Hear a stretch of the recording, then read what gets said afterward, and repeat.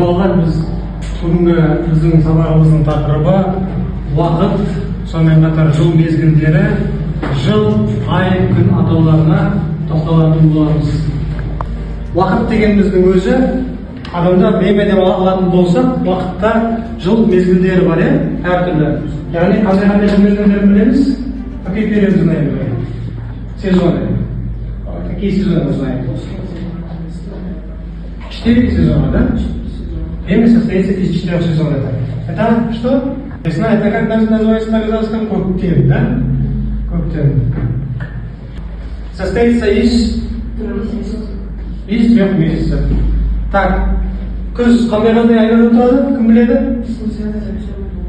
Күз, сентябрь, октябрь, ноябрь, да? Ал қазақша қыркүйектен басталады. А енді бізде бұлардың барлығы не деп аталады? Мыналар периоды или сезоны деп айтуға болады. Период или сезоны. Күз, қыс, көктем, жаз. 4 сезона есть. А 4 сезона состоится из 3 месяцев. А месяц это на казахском будет ай, да? Ай. Ай это, егер сразу біз тікелей аударатын болсақ, орыс тілінде ай деген сөз. Это как будет ай? На русском.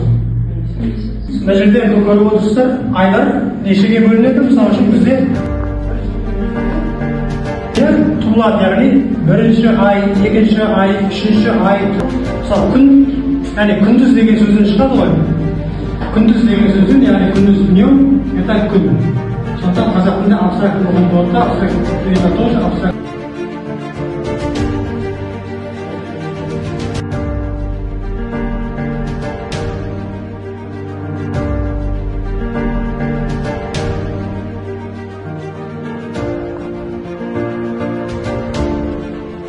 Қазақша үйрену керек, сондықтан қазақ университетін дайындық факультеті.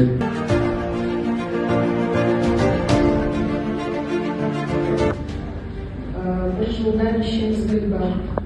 4 мезгіл бар. Bir жылда неше ай бар?